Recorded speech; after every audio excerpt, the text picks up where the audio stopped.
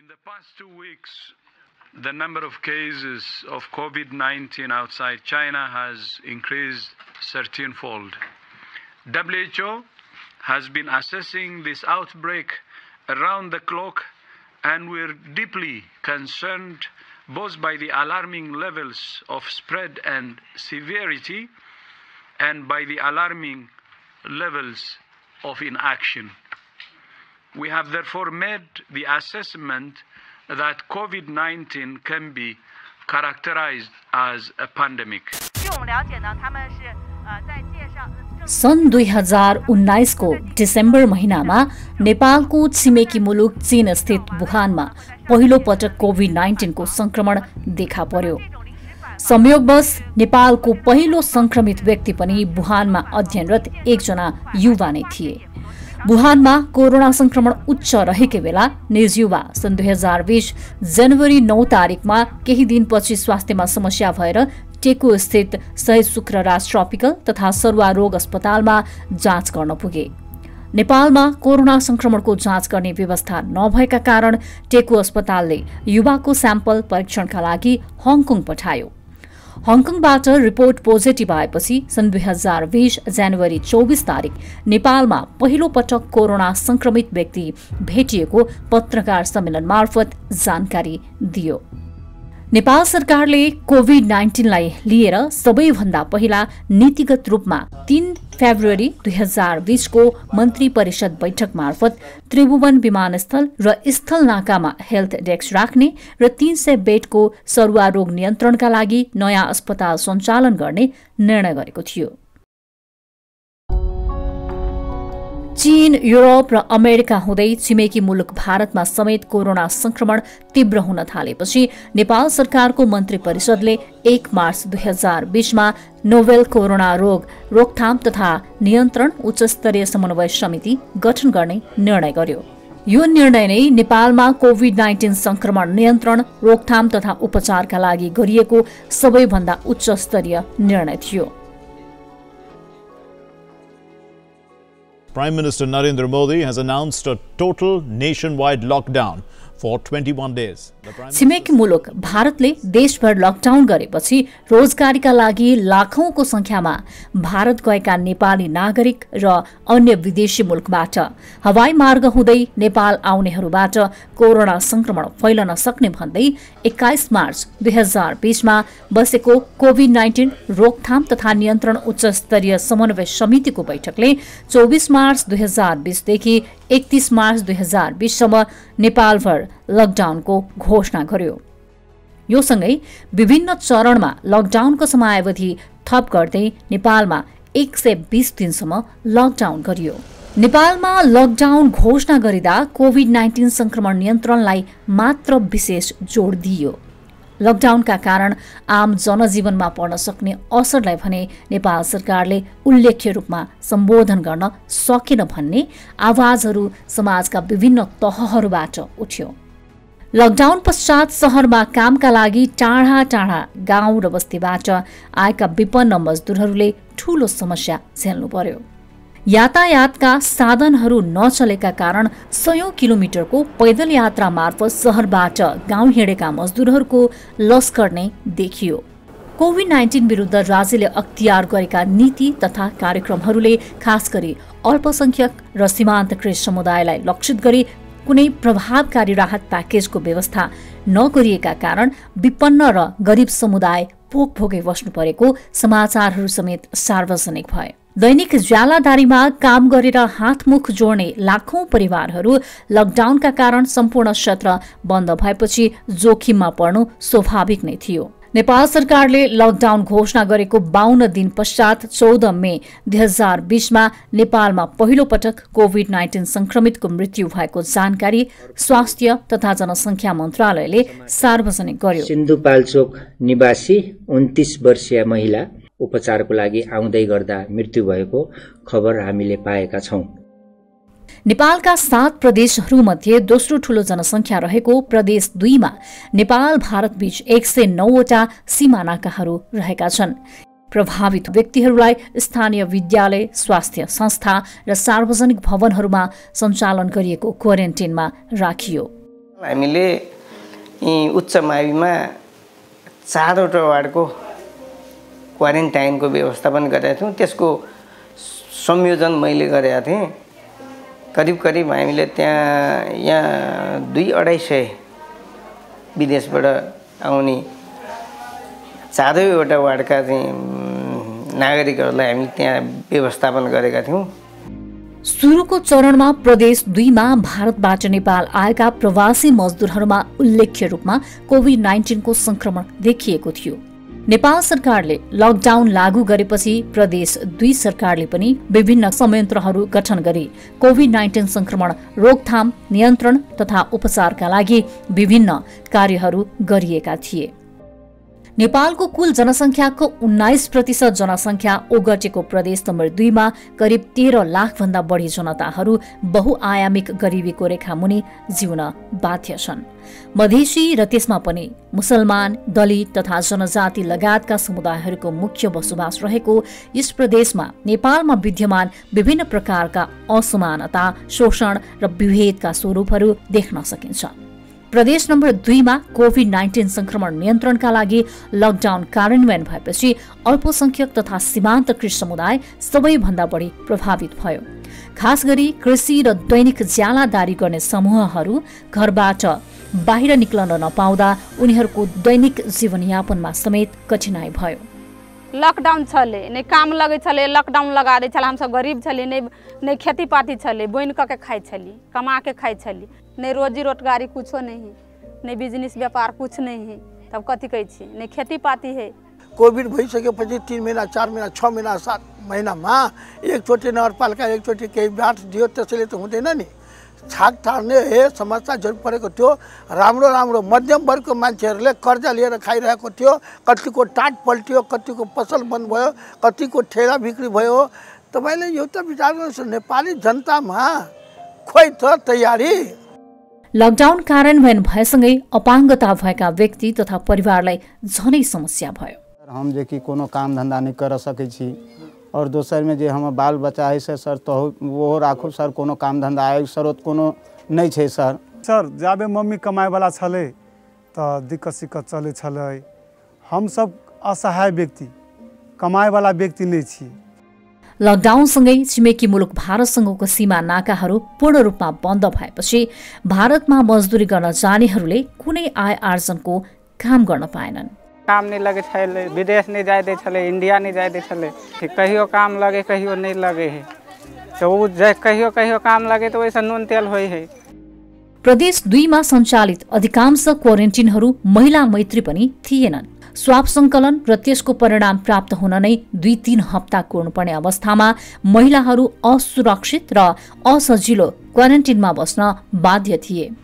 क्वारेन्टिनमा मात्र नभएर कोभिड संक्रमित व्यक्तिहरू बस्ने आइसोलेसनमा समेत महिलाहरूलाई निकै समस्या रहेको थियो। म कोभिड संक्रमित हुँदाखेरि धेरै नै समस्याहरू थियो, किनभने 14 दिन त्यहाँ आइसोलेसनमा बस्ने क्रममा चाहिँ हैन महिनावारी हुँदाखेरि त्यसको छुट्टै समस्या हुन्थ्यो। पुरुष मान्छे पनि एउटै बाथरुम युज गर्ने, महिला संक्रमितहरू पनि एउटै बाथरुम युज गर्ने। दोसर जब वही बेले वही चीज में फिर कतौ न कतौ स्थानीय सरकार सब चुक गेलै आ तैयारी नहीं कर सकल के। और दोसर बात कहबे तो उनका सबके मेन टारगेट ई आइसोलेटेड जे हॉस्पिटल सब छले उनकर मैनेजमेंट में उनकर सबके दिन गेलै। और जे जकर जीविकोपार्जन के बात एले सीमांत समुदाय सबके रोजगार गुमराह चीज छले उनका देखे वाला कोनो भी निकाय नहीं भेले। इवन संघ संस्थो भी ओत कतौ न कतौ चुकल जका हमरा लागि रहल। प्रदेश 2 का विपन्न समुदायले लकडाउनका कारण दैनिकको खानपानमा समेत समस्या झेलिरहेको समाचारहरू तीव्र रूपमा सार्वजनिक हुन थालेपछि प्रदेश 2 सरकारले कोभिड-19 प्रभावित मजदुर, श्रमिक, गरीब तथा आर्थिक रूपमा विपन्न किसानहरूलाई राहत वितरण मापदण्ड निर्देशिका जारी गर्यो। तर उक्त निर्देशिका अनुसारको कार्य सम्पादन स्थानीय स्तरमा हुन सकेन। तत्पश्चात प्रदेश नम्बर 2 सरकारले उक्त निर्देशिकालाई 19 अप्रिल 2020 मा पहिलो संशोधन गरी पुनः जारी गर्यो, जस अनुरूप दलित वा गरीबहरूको तुलनात्मक रूपमा संख्या बढ़िरहेको अथवा कोरोनाको कारणले खाद्यान्न अभावमा भोकै बस्नु परेको वडा अथवा टोल यकिन गरी राहत वितरण गर्ने निर्क्युल गरिएको थियो। यस व्यवस्था अन्तर्गत 2 नम्बर प्रदेश सरकारले हरेक पालिकालाई 15 लाख रुपैयाँ उपलब्ध गराए पनि यो रकम निकै अपर्याप्त थियो। निषेधाज्ञा लागू भयो, काम गर्ने मान्छेहरूले काम गर्न पाएनन्, ज्याला मजदुरी गर्ने मान्छेहरूलाई अप्ठ्यारो हुन्छ भनेर प्रदेश सरकारले केही पैसा पठाइदियो।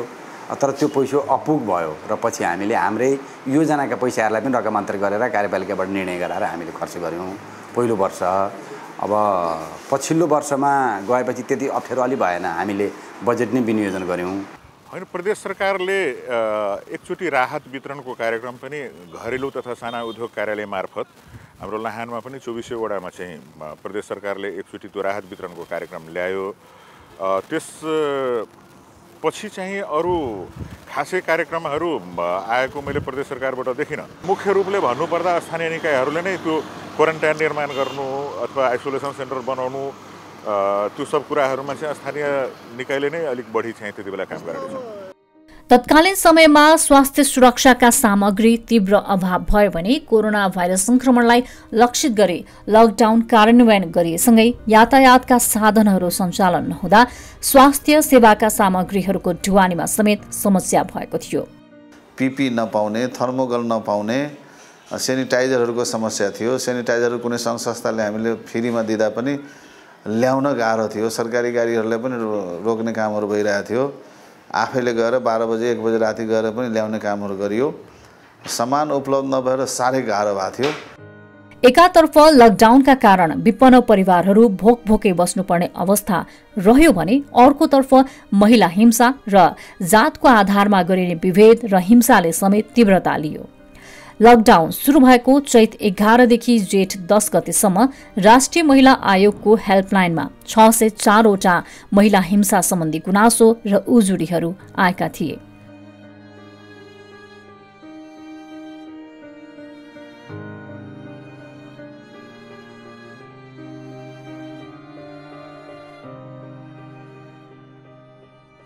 विश्वभर कोभिड-19 को विभिन्न देशमा विभिन्न समयमा दोस्रो लहर देखियो। यसबाट नेपाल समेत अछुतो रहन सकेन। अत्यन्तै तीव्र संक्रमण र मृत्युका हिसाबले भयावह रूपमा देखिएको दोस्रो लहरका कारण नेपाल सरकारले 29 अप्रिल 2021 बाट आवश्यकता र संवेदनशीलताका हिसाबले जिल्लागत रूपमा लकडाउन गर्ने घोषणा गर्यो। जस अनुरूप प्रदेश नम्बर 2 का जिल्लाहरूमा पनि लकडाउन लागू गरियो। कोभिड-19 बाट प्रदेश नम्बर 2 नराम्ररी प्रभावित भएको थियो। 9 मे 2021 मा नेपालभरि 8414 कोभिड-19 संक्रमणको केस दर्ता भएको थियो। त्यसमध्ये 429 भन्दा बढी प्रदेश नम्बर 2 मा दर्ता भएका थिए।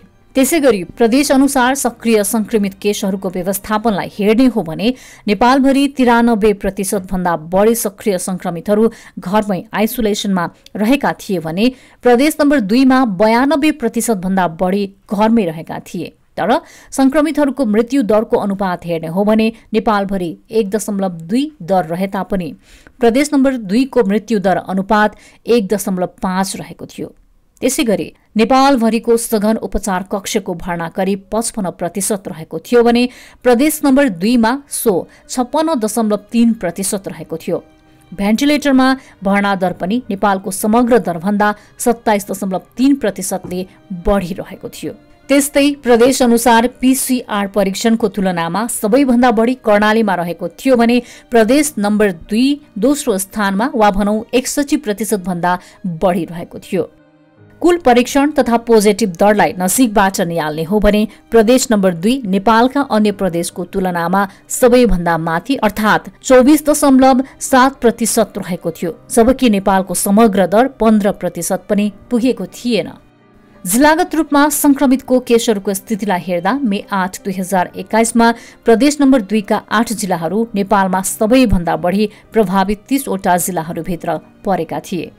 दोस्रो चरणको लकडाउनमा समेत नेपाल सरकारले अल्पसंख्यक तथा सीमान्तकृत समुदाय लक्षित राहत र सुविधाको स्पष्ट व्यवस्था गरेको थिएन। तर कतिपय पालिकाहरूले संक्रमित र संक्रमणबाट मृत्यु भएका परिवारहरूलाई लक्षित गरी विभिन्न राहत उपलब्ध गराएका थिए।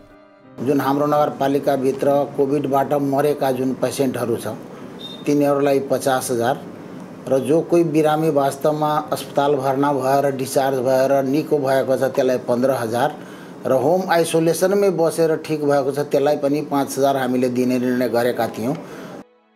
कोभिड-19 ले पारेको प्रभाव न्यूनीकरणका लागि गैर सरकारी संघ संस्थाहरूले समेत विभिन्न कार्यहरू गरे।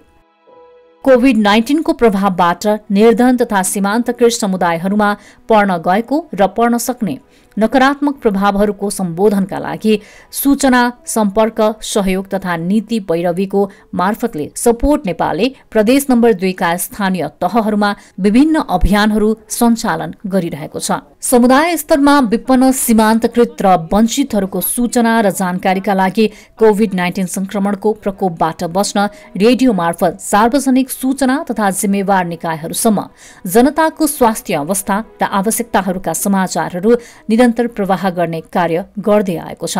नगरपालिकाहरूद्वारा सञ्चालित आइसोलेसन केन्द्रहरूमा स्वास्थ्य सुरक्षाका उपयोगी सामग्री तथा उपकरणहरू वितरण गरी उक्त केन्द्रहरूमा सेवा र सूचनालाई सुचारू राख्न योगदान पुर्याएको छ। साथै समुदाय स्तरमा सामाजिक परिचालनलाई प्रभावकारी बनाउन सम्बन्धित स्थानीय संघ संस्थाहरूको क्षमता अभिवृद्धिमा योगदान पुर्याएको छ। कोभिड-19 ले स्थानीय स्तरमा पारेको प्रभाव तथा असर सम्बन्धी अवस्थाको द्रुत विश्लेषण गरी जिम्मेवार सेवा प्रदायी निकायहरू समक्ष सुझावका रूपमा निरन्तर पृष्ठपोषणको कार्यमा योगदान पुर्याएको छ। साथै कोभिड-19बाट प्रभावित व्यक्ति तथा परिवारहरूको राहतसम्म पहुँच सुनिश्चित गर्न सरकारवालाहरू बीच छलफल तथा सहजीकरण गरी कोभिड-19 को प्रतिकार्यमा सक्दो योगदान पुर्याएको छ। कोभिडका कारण निम्न आय भएका नागरिकहरूको जीविकोपार्जनमा निकै ठूलो समस्या निम्तिएको छ। खास गरी कुनै पनि प्राकृतिक प्रकोप वा महामारीमा समाजमा विपन्न समुदायहरू नै बढी प्रभावित हुन्छन्। नेपालमा पनि कोरोना कालमा यस्तै देखियो। खास गरी अल्पसंख्यक तथा सीमान्तकृत समुदायले कोभिड-19 संक्रमण पश्चातको उपचारको पहुँचमा, खाद्य सुरक्षा र अन्य सामाजिक सुरक्षामा उनीहरूको सहजता र पहुँचको प्रत्याभूति गर्न पाएनन्। कोभिड-19 विरुद्धका प्रचार प्रसार सामग्रीहरू केही सीमित मात्र नभई विभिन्न स्थानीय तथा क्षेत्रीय भाषाहरूमा उत्पादन गर्दा सबैले जानकारी र अवसरहरूको बारेमा थाहा पाउन सक्छन्। कोभिड-19 केन्द्रित नीति निर्माण तथा सोको कार्यान्वयनमा समेत निर्धन र सीमान्तकृत समुदायहरूको प्रतिनिधित्व र उनीहरूका आवश्यकताहरूलाई प्राथमिकताका साथ स्थान दिइनुपर्छ। महामारीले निर्धन र सीमान्तकृतहरूलाई थप गरिबीको दुष्चक्रमा पर्नुभन्दा पहिले नै सोको लागि आवश्यक तयारी राज्यले गर्नुपर्दछ। यस्ता प्रयासहरूमा गैर सरकारी संस्थाहरू, सामुदायिक समूहहरू तथा निजी क्षेत्रको पनि उत्तिकै जिम्मेवारी हुन आउँछ। आशा गरौं नेपालले अनुभव गरेको 2 चरणको कोभिड-19 र त्यसबाट परेको प्रभावहरूबाट पाठ सिकेर भावी दिनहरूमा हुन सक्ने यस्ता महामारीबाट समग्र नेपाली जनता र त्यसमा पनि निर्धन तथा सीमान्तकृत समुदायको जीविकोपार्जन, स्वास्थ्य उपचार र मानव अधिकार संरक्षणका लागि थप प्रभावकारी नीति, योजना तथा कार्यहरूलाई अंगीकार गर्नेछ।